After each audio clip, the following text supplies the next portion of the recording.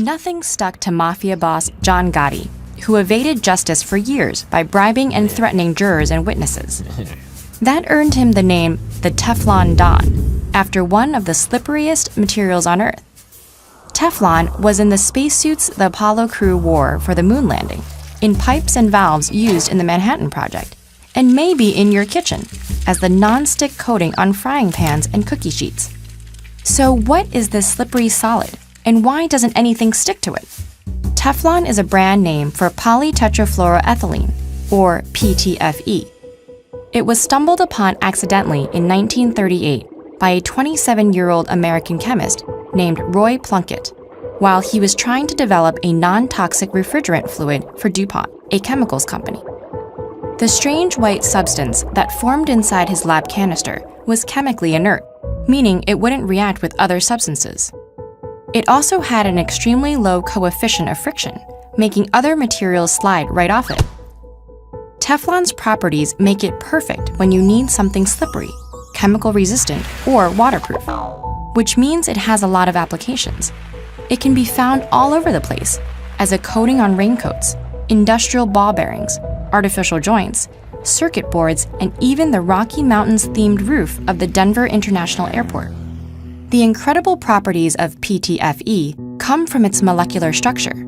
It's a polymer, meaning it's made of long chains of repeating units of atoms strung together.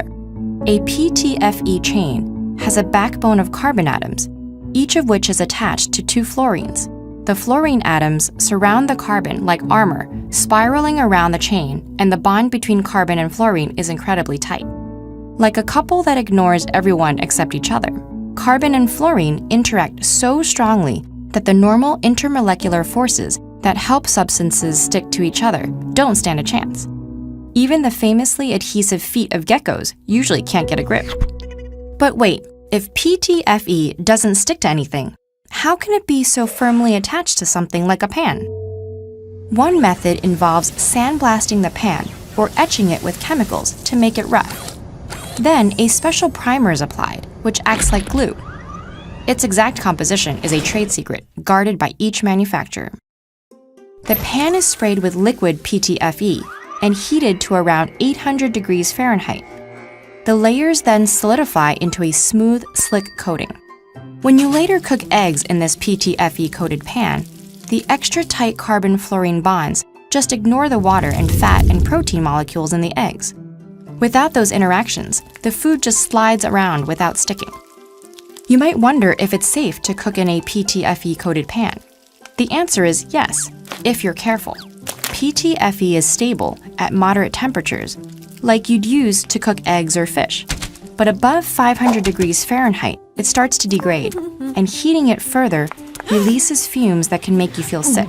An empty pan can reach 500 degrees fast over high heat, but most kitchens are ventilated well enough to dissipate the fumes.